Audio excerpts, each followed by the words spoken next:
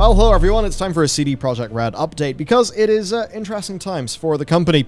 One of their segments is struggling, their revenue is up, but their profit is down. Cyberpunk 2077 is actually hitting very positive on Steam, which is certainly good to hear, and they actually do have things on track for next year. So there's quite a lot of interesting stuff to get into with this company, hopefully as they chart their way back into, well, things sort of being in the good times. Right. So we've got an interview with their CEO and some Q3 financial results to start us off, but there is a fair bit more to get into. And to basically do the long and the short of all of this, the development side is up, the retail is lagging behind. So their total revenue's up 37%, so that's pretty good. But their net profits are actually down 30% to 3.92 million. Now these lower profits, though, those are being attributed to basically the cost of Cyberpunk 2077. That launch is still a major thorn in their side, as well as spinning up work on new projects. Of course, you've heard about their parallel development plans and all of that stuff. And then, of course, GOG struggling as well, which honestly is, we'll have a deeper dive into that soon in the channel. It's kind of sad to see because we've generally liked what they've stood for. Absolutely. But I think it is probably quite challenging to compete with the massive money and the massive platforms. Yep. So that's, yeah, it's basically that. Now, there's a few other interesting highlights that we've got for you today. So the amount of dev team resources that are being allocated to Cyberpunk 2077 and its next-gen version have actually decreased consistently between December 2020 and September 2021. But the amount of staff working on expansion content for Cyberpunk 2077 has actually gone up. So more people working on the expansions now.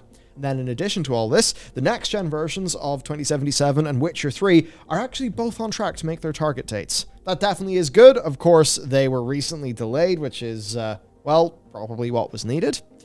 So Cyberpunk's going to be Q1 of next year, Witcher 3 is going to be Q2 of next year. Now, interestingly, Gwent has seen scale of activities and team size adjusted to achieve optimal results. And they're going to have a roadmap for that game coming up soon. So, who really knows? I don't really know that many people who play Gwent, to be honest. Yeah, I think Gwent was one of the things where they tried to expand the Witcher universe in terms of games, and they sort of didn't really hit their mark quite as hard as they'd like. But obviously, you know, they've seen success in the TV show, so fair play to them. Yeah, on that front. actually, speaking of expanding The Witcher, there's also The Witcher Monster Slayer on the phone. It's kind of like a Pokemon Go-like game. I downloaded it and was like, it's one of these, I don't care, it's a template game. So they've said that their main priority is to improve retention and monetization. Mobile games are all about retention and monetization, so that's probably indicating that it's not doing particularly great, and certainly by the App Store reviews that I saw and my own subjective experience, I couldn't really see sort of why you would stick around with it, really. But it does have a content update coming soon.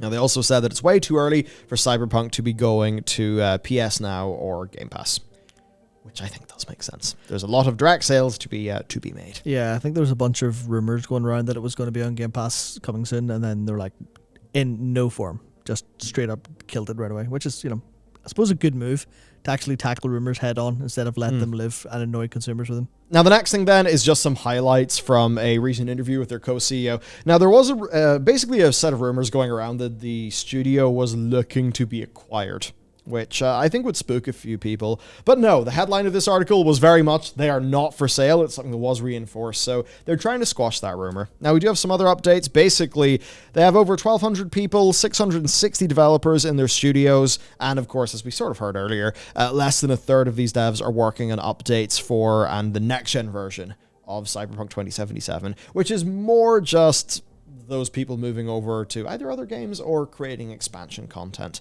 for Cyberpunk. So that's not really a surprise, to be honest. Now, the other thing then is the co-CEO, Adam Kaczynski, talking a bit about basically just how they got into this situation, some of their expectations. He basically says that the ambition got the better of the project, that not everything went their way. I'd say true, also understatements. Also, can we please, Cyberpunk team, properly engage with the deceptive marketing, especially for the console versions? I mean, come on, please.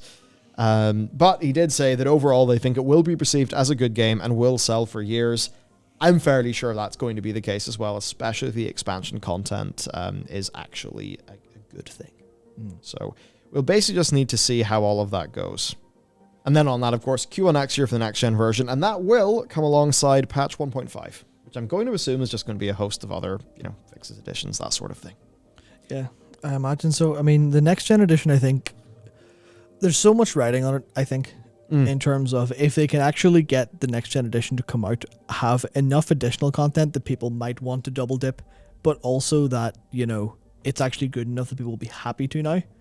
Especially, given how well it's been doing on Steam recently, it looks like they are almost at the turning point. Not as drastic a turning point as No Man's Sky, where everyone's going, oh, you've righted every wrong and apologized, holy shit.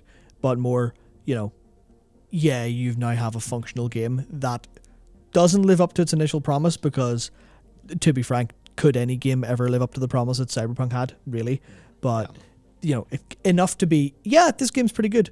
Which, if they can do that with next sales, that big wave of sales are coming in, then, that's probably the time I'll be getting into it. And a good early sign of that is that it actually seems to already be the case in PC. Yep. I've not jumped into this, but, so, right, here's a tweet, which is more just calling something out. Here you go, Cyberpunk 2077 on Steam. Mostly positive overall. All-time review is now at 76%. Recent reviews, 83%. Now, a lot of people came into this game new because of the Steam sale. It was 50% off. So a lot of people came into this game for the first time. In and around then, we saw an influx of, positive reviews, which certainly does suggest that there will be less issues. Certainly if I can hop into this game and have less of the bugs that I had last time, if I can have some of the weird design quirks and things like that not really be a problem, and just the technical side holding up a bit better, then yes, while it would not be living up to the initial promise, as somebody who maybe enjoyed a game like Deus Ex Human Revolution, can I have a good, some form of sci-fi-ish experience in a big cool city? Probably. That's probably going to be enough for me to enjoy it. Yeah, I think a lot of the response to, obviously it was really badly broken, but I think an awful lot of the response to it was the brokenness as opposed to the core game, largely speaking. Because I do know a few people who played it and was like, if you ignore the bugs, it's pretty good. Not great, not stellar, but, especially when you're selling it at half price, all you really need to be to get a positive review at 25 quid is to be pretty big and pretty good. Because especially if you hit the genre right, if you hit the fantasy and the narrative stuff right, and people feel what they want, what they expect to feel when they go in, then you're going to get a positive review. Now, does this mean the game is 83%? Is it an 8 out of 10? No, it's 83% of people were happy with it. Which people got to understand that a Steam rating is more akin to Rotten Tomatoes than Metacritic or OpenCritic. Yeah. It's basically just positive, negative. It's not actually scored on a scale. It's just, you could have a game where everybody found it to be a 6 out of 10 and it would be 100 in Steam. Yeah, that's the... All of that would really happen. Yeah. See, that's exactly the fun thing. I think because everyone knows it's a broken piece of shit, no one's going into this game... But I imagine there's not many people going into this game completely blind going, oh, what's this? Cyberpunk 2077? I've never heard of it. I imagine there's a lot of people going, they've said it's fixed. It's half off. I wanted it anyway. I'll give it a try. So they're going in with their expectations way lowered, which means the chance of a positive review is way higher, especially now that it's actually fixed. Look, if the thing doesn't break and what you can basically get is, gameplay, whatever, but if you can get, the visuals, the music, the writing, I think especially some of the side quests, if you can get that, then that's going to be most of what somebody's actually going to want from a game experience like this. So that's certainly good to hear, and you know what? Hopefully there's some rainy day or collection of rainy days over the break where I can hop into Cyberpunk and I'll let you know how it goes. Now, the other thing then is the acquisition rumors, because it's very much the opposite. So basically, DFC Intelligence identified them as an acquisition candidate. That was because Cyberpunk had been a big mess, their stock had tanked, so thinking, okay, maybe they're now in the acquisition territory of a big company. With their tarnished reputation, but access to very, bankable IP, all of that stuff. Well, Kaczynski was asked about this during the interview we talked about, and he basically said, no. We've been repeating for years that we want to be, independent. We don't plan on being part of a larger entity, and they actually do in their company documentation have provisions that significantly hinder hostile takeovers as well. So they're doing what they can, and it's very much the opposite of them being acquired. They themselves are actually considering potential acquisition targets. Of course, we've got the very recent creation of CD Projekt Red Vancouver, and then the acquisition of the Molasses Flood, which all does line up with CDPR saying that they want to be a bit more active in the mergers and acquisitions space. So basically, that's what's going on. They're growing, they're expanding. Cyberpunk was definitely a big road bump, but I think it's one that definitely is going to make its money. Like, absolutely. Witcher's still making its money. Whenever the next Witcher comes out, it's definitely going to make its money. Yeah. They're pretty bankable. And if they can really nail the whole parallel development thing, as they grow these teams, then seems pretty solid to me.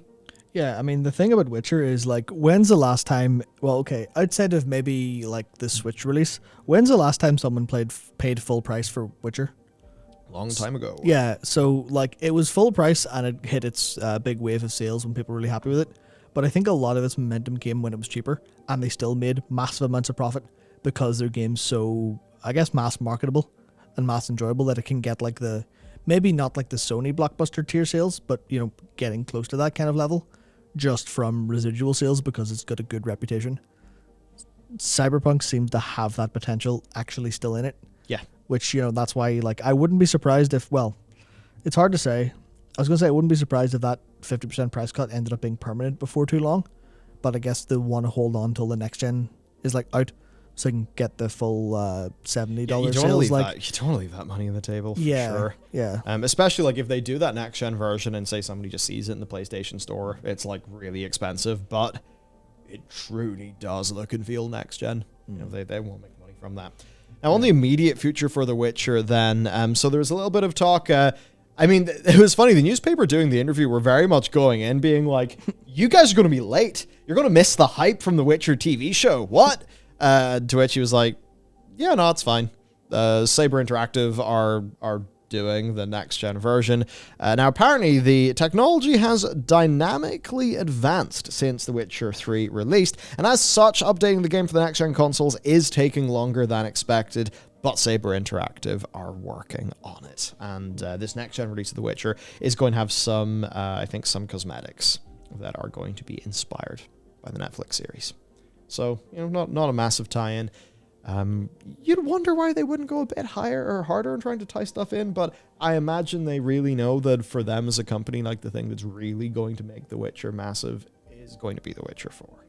Yeah. Or whatever the next big game is. And on that, of course, parallel development on the AAA titles is still set to begin next year. So basically, there you go. That's a bit of a health check for the company. They're generally, I think, on their way to recovering from this. I think what's important, though, is that they actually win back people's trust. So those positive Steam reviews are definitely a good thing. I think if we see the next-gen editions be really good, and then if we see the expansion be incredible, that's really where I have a lot of hope, actually. Yeah. Because this is a bit of a funny way to bring it up, but sometimes in Final Fantasy XIV, they have a situation where during their expansion launch, they have to take you through all the new zones. There's all these things they have to do while at the same time telling their story. And then in the patches, like, they don't have to introduce new zones or new things. They're just like, okay, we've built our thing. Now it's time to have fun in our sandbox and tell a great story. I would hope that with the core of Cyberpunk built and fixed up, then when the expansion content comes in, they can just put all their time into content and polish so that it is, like, truly great and doesn't get held back by also being that weird thing of, like, the content production is happening at the same time that the thing barely is held together technically, and it's all just a massive dev mess. Yeah, I think that's why I'm very happy to see that they held back a lot of... Obviously, they might have just literally needed the bodies to work on the fixes, but the fact that they held back on expansion development until the core was fixed is like, oh yeah, you're avoiding a whole bunch of technological debt. You're being you're being actually intelligent about it. Not to say they haven't been before with other development. Things might have just went wrong, but the idea of them going, we know what we're going to do. I feel like the expansion and next gen launch will be part of, like, a 1-2 to just go, oh yeah, because that's the news story they need to get trust back. They need to go, hey, here's our first expansion. I don't know if they ever talked about it being free or not. I can't remember, but I don't think so. If it's at least cheap enough that it doesn't feel like they're trying to gouge players, and it does feel like, you know, earning the trust back quite literally by going, here's the good stuff. It's reasonably priced. Enjoy. As long as they don't fall into the trap of, I guess, because I don't know what any of the Witcher expansions were like, because I haven't played through them, but the idea of absolutely like brilliant, perfect, marvelous. Yeah, did they add a bunch of new areas or anything like that? Okay, I was gonna say, I guess the big, huge, big, chunky, fantastic. Okay, I was gonna say it'd be interesting, like you're saying, about them having built the city. It'd be interesting if they expanded entirely without adding a whole bunch of new stuff or new areas, and stuck to expanding at the. I guess for me, it's less about new areas and stuff, and it's more like the framework for the game exists and is solid. They can build a new area and not be saddled by technical problems, right? You know, bugs, etc. That sort of thing. Fair enough. So yeah, right, there you go. That's vaguely what is going on with CD Projekt Red right now. I think I've got some video game playing homework to do after Endwalker. So that's it from us. Thanks for watching. See you next time.